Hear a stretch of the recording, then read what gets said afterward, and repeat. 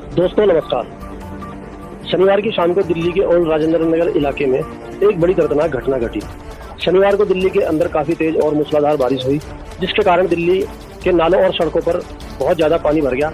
दिल्ली के ओल्ड राजेंद्र नगर इलाके में एक कोचिंग सेंटर, जिसका नाम IAS स्टडी सेंटर बताया जा रहा है, उसकी लाइब्रेरी जो बेसमेंट में बनी हुई है, वहाँ पर 30-35 छात्र और छात्राएं अपनी पढ़ाई कर रहे थे कि अचानक तेज बारिश का पानी बेसमेंट में आना शुरू हो गया। आते हुए पानी का प्रेशर इतना ज्यादा था कि जो स्टडी सेंटर के दरवाजे और खिड़कियों पर कांच लगा हुआ था, तो पानी के प्रेशर से कांच भी टूट गया और पानी बहुत तेजी से बेसमेंट के अंदर आना शुरू हो गया, जिससे वहां पढ़ाई कर रहे छात्र और छात्राओं में अफरा तफरी का माहौल हो गया। सब अपनी जान बचाने के लिए बाहर की तरफ भागने लगे, लेकिन वहां से बाहर निकलने का सिर्फ एक ही रास्ता था और वह भी बहुत छोटा था। छात्र और छात्राओं ने टेबल पर चढ़कर अपनी जान बचाने की कोशिश करी, लेकिन पानी इतना ज्यादा और इतनी तेजी से आ रहा था कि पानी छत तक भर गया। करीब शाम के 7:15 बजे NDRF को सूचना दी गई। NDRF की 7 गाड़ियां फौरन मौके पर पहुंची और उन्होंने 4 पंपों के द्वारा पानी निकालना शुरू किया। बारिश के ना रुक पाने की वजह से पानी निकालने में बहुत दिक्कतें आ रही थी।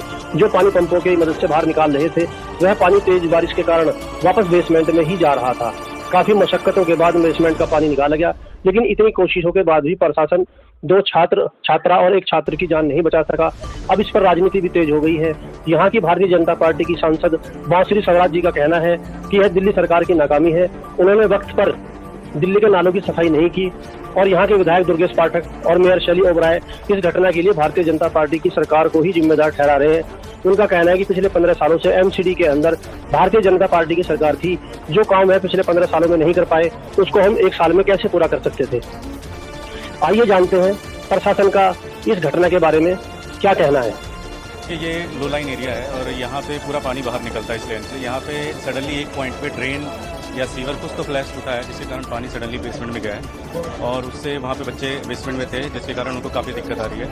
तो अभी तो पुलिस ने हमें कोई आधिकारिक सूचना नहीं दी है, लेकिन सारी टीम लगी हुई है और आशा करते हैं जल्द से जल्द सारी चीज़ें ठीक हों।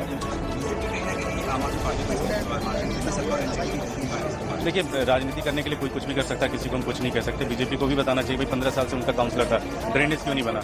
1 साल में तो सारे ड्रेनेज नहीं बन सकते दिल्ली के, लेकिन फिर भी राजनीति करने की कोई जरूरत नहीं है। मेन चीज़ है कि सबसे इम्पोर्टेंट है राजनीति ना हो। अभी जो सबसे महत्वपूर्ण है कि जो भी है, यहाँ पर अपना भविष्य संवारने आई थी, लेकिन माननीय विधायक दुर्गेश पाठक जी ने और माननीय मुख्यमंत्री अरविंद केजरीवाल जी की निकम्मी सरकार ने एक गुहार नहीं सुनी स्थानीय लोगों की। बार बार पिछले 1 सप्ताह से माननीय विधायक दुर्गेश पाठक जी को बोला जा रहा था कि नाले की डिसिल्टिंग करवा दीजिए, नाले की सफाई करवा दीजिए। आपके पीछे आप ही देख लीजिए, अभी भी 2.5 फुट पानी सड़क पर है। यही पूरा का पूरा पानी जाकर बेसमेंट में फिल हो गया है। आप जानते हैं डाइवर्स की जरूरत पड़ी है, तो आप खुद समझ सकते हैं कि कितनी गंभीर हालत है वहाँ पर। कह रहे पूरा का पूरा फर्नीचर तैर रहा है, ऊपर तक बेसमेंट जलमग्न है और बच्चों की डेथ हुई है इलेक्ट्रोक्यूशन के कारण। दोस्तों, जैसा कि आपने देखा कि भारतीय जनता पार्टी आम आदमी पार्टी पर आरोप लगा रही है और आम आदमी पार्टी अधिकारियों और भारतीय जनता पार्टी पर आरोप लगा रही है, लेकिन कारण कुछ भी रहा हो, 3 परिवारों ने अपने बच्चे खो दिए हैं। दिल्ली के अंदर सैकड़ों ऐसे स्टडी सेंटर हैं जो धड़ल्ले से चल रहे हैं। आज तक उन पर कोई कार्रवाई नहीं हुई है। हमारे देश की एक खास बात यह है, जब घटनाएं और दुर्घटनाएं होती हैं, कार्रवाई उसके बाद ही होती है, चाहे इस लापरवाही की वजह से कितनी ही जाने जाती रहे। कैमरामैन ललित चौहान के साथ मैं दानिश अली पवार, न्यूज़ कैफे।